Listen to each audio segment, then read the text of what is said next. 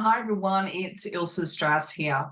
Now, one of the questions that executives are asking more and more is what is ethical leadership and what does it mean to run an ethical business or organization? Great question to ask, an incredibly important question to ask. One of the reasons why this is a topic of conversation that should be occurring across every executive meeting and in all organizations and in all industries is because corporations and businesses, doesn't matter how large, doesn't matter how small, are having a crisis with ethics. Unethical practices, not only across leadership, is increasing, but in the workplace in general. And so measures need to be taken to combat this. And so you would have noticed strategies such as increased ethical compliance reporting, things such as ethical hotlines, behavioral change in ethics. There's been a lot more narrative, a lot more outcomes that is designed to address this. Even universities are starting to increase it even more so, and not just only in MBA courses, but in amongst other independent and more non-vocational courses as well, which is incredibly significant and very promising for the field of developing ethical leaders. Now, one of the ways in which I want to help you develop a better understanding about ethical business practices is by shining a light more intensely upon ethical leadership.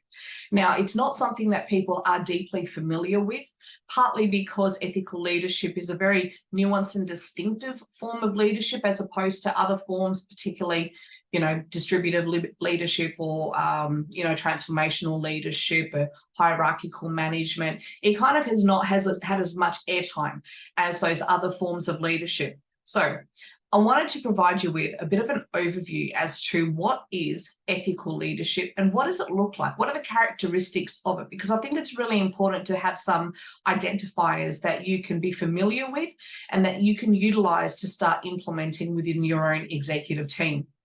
Okay, so what I've done for you is I've created this online self-assessment. Now, what it's going to do is a couple of different things, maybe three.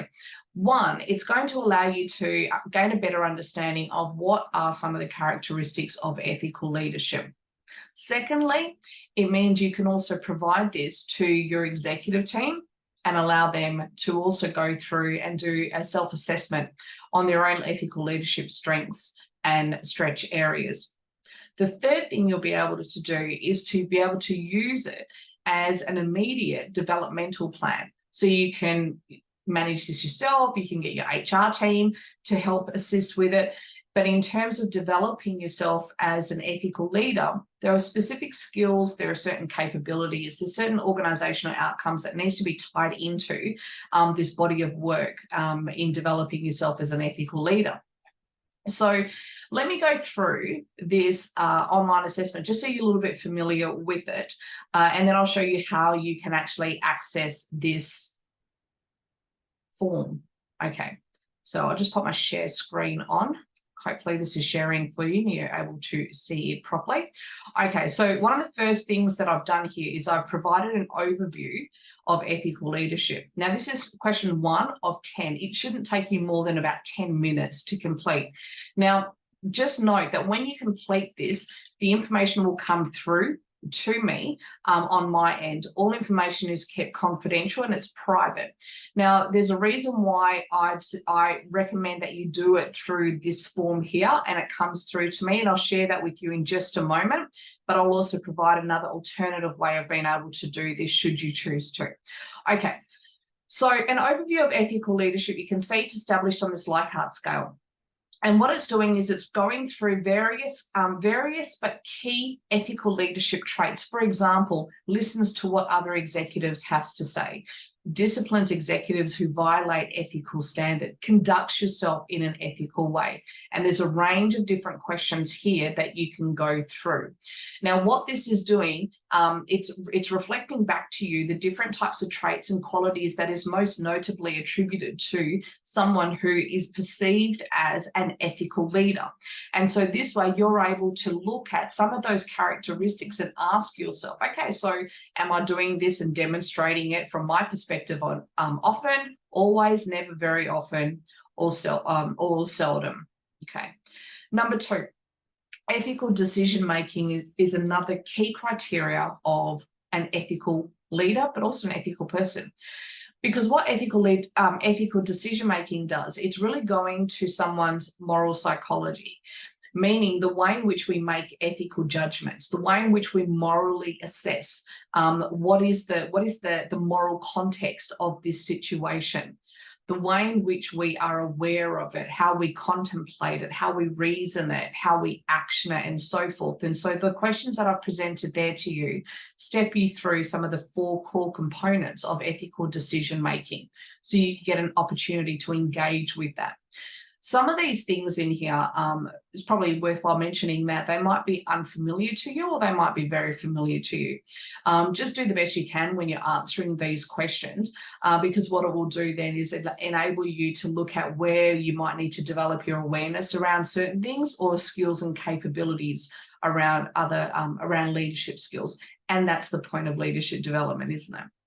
Okay, the third part is ethical infrastructure. So this here goes specifically to what an ethical business should have in their business structure. It goes to the policies, the processes, the systems, the practices, the actions, the behaviors, the things that gets measured, and so forth. And there's a whole list of them. Okay. So for example, ethical compliance. Is there an ethical compliance strategy? Is there a conflict management strategy? Is there any ethics disciplinary procedures? Is there ethics training and development? And you can see that there is a long list there. Okay. These are the keys. So if you're building an ethical business, no matter how small, no matter how large, these are the components that we would expect to see in that organization. Okay. So you can tick as many as you currently have in operation in your own organization. The fourth part here is executive ethics consciousness. So this is asking you to describe how would you perceive the executive team's overall sense of ethics consciousness? Are they aware of it or not? Or are they oblivious? Are they disinterested? Are they apathetic? Are they engaged? Are they merely tokenistic when there's a social justice issue in the workplace that arises? So just pop down what you believe your perspective to be. Number 5 is looking at your personal moral senses. Now, this is not related to the organization. It's not related to the executive team. It's about you and you personally. This is asking, what type of ethical issues do you tend to notice more than other issues? Is it issues with respect to respect and fairness, bullying and harassment, financial practices, and so on and so forth, or is it other? What this is really asking you to do is it's asking you to start considering, what do you have this awareness to? What are you more in tune with in your organization? Because that will give you an indication as to where you could create change within your organization, where you could help develop others, set a great example, but it also helps you to see where you might have some blind spots, what we call moral blind spots in the workplace. Number 6 is kind of the contrast to that. It's looking now at your muteness, moral muteness. It's what are the ethics issues that you tend to stay silent about? What don't you speak up about?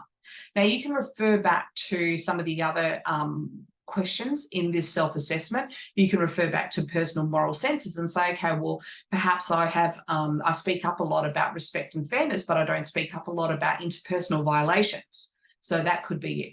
Or you might say to yourself, okay, well, I speak up a lot about the way in which we're managing our ethics hotline, but I don't speak up a lot about ethics training and development. So you can use the self-assessment guide here to actually inform some of your answers and give you more of a scope to understand how to answer some of these questions if it's unfamiliar to you. Number 7 is ethical executive development. This is quite simple. It's simply, what are some of the ways in which you personally are experiencing and developing yourself as an ethical leader? Books and article, online webinars. Is it something more formal? Is it something less formal? Just so you can get a note of how it is that you are actually developing yourself within that. Number 8 is business ethics strategy. So this is looking now at where are there ethical business innovations occurring within your company? Is it about unethical leadership? Is it about ethical culture? Are you creating strategies with respect at work? Are you creating new policies that really informs technology abuse and looks at ways of reducing that? Is it looking at fiduciary responsibilities? Has there been, is there any corporate illegalities that you're responsible for overseeing, that you're responsible for addressing? Business ethics and ethical issues ranges from the low-level everyday inhumanities of interpersonal violations all the way up to corporate illegality. So it really sits on a spectrum. And so you might find yourself that as an executive, you might be responsible for creating new strategies around something on the lower end of the spectrum, but still has very strong repercussions to something on the top end. The reality is that irrespective of where there's innovations that need to occur to reduce unethical practices and to improve the standing of the organization's ethical component, you have to be across everything. But we take these things one step at a time. So the question really that you want to confront yourself with is, what are you responsible for in terms of business ethics and creating innovations and improvement and growth in those areas? Number 9 is ethics, tensions, and conflicts. So in what area do you experience the most difficulty when it comes to dealing with ethics issues? Is it in terms of placing ethics on the agenda? You know, we just spoke about innovations. You may have been thinking, we're not doing any of those, Ilse, or I'd like to, but we can't. Why is it that? Why is that issue? Well, is it because it's just not on the agenda? Is it because you might feel as though you might offend others if you raise any issues, for example, about interpersonal violations or respect at work style issues? Is it, for example, looking at concerns around overstepping the boundaries? Is there a perceived boundary of topics or subject matters that you feel as though can't be discussed within your team? And there's a range of different other ones there. So just select, again, as many as you think applies to you. In doing this, you'll be able to gain a nice understanding and awareness of how you kind of interact with ethics in the workplace, which is a really important part of developing the skills here.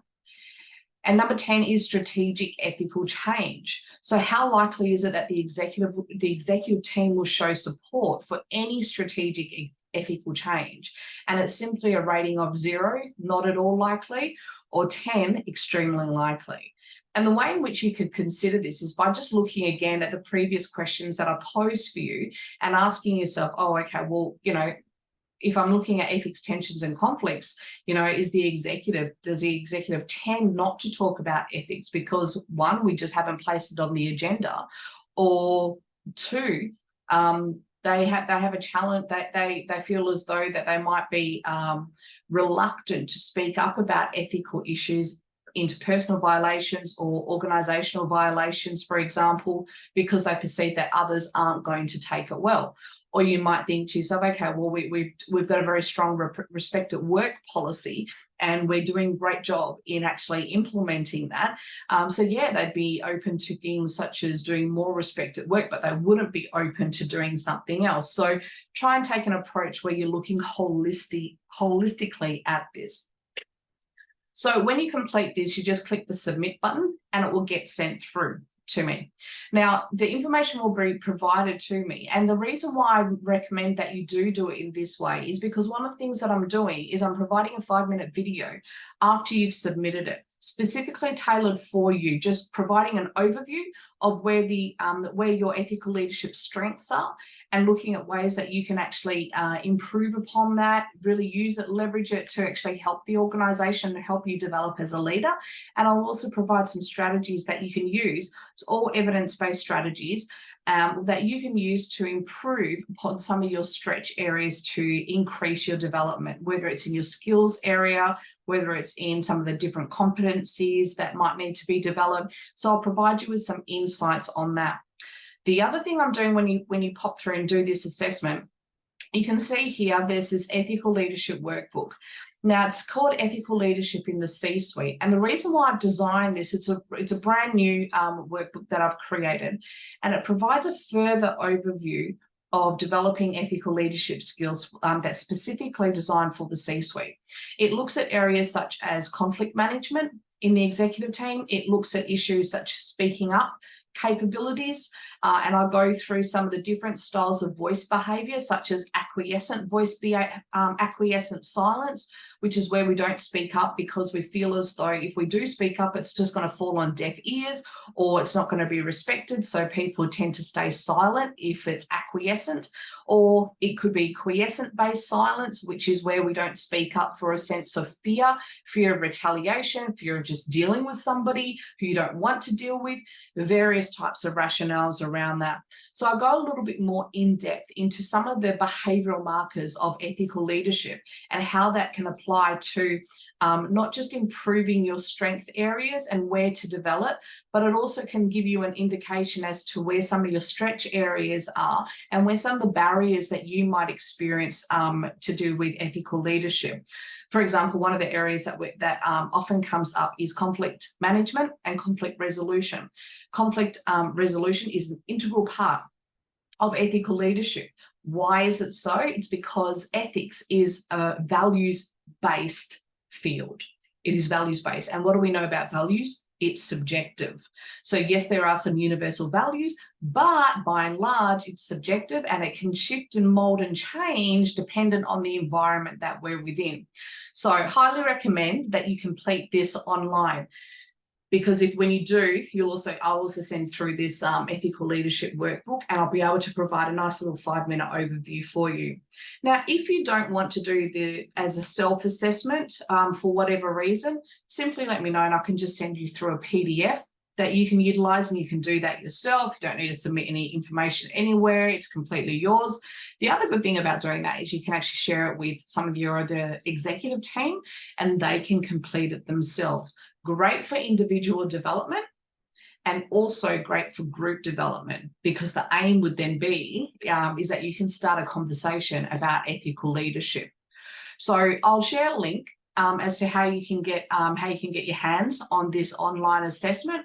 My goal for you is that you develop your awareness and you develop your ethical leadership skills. And if this can go a little way towards helping you accomplish that, then I'm extremely, extremely pleased with that.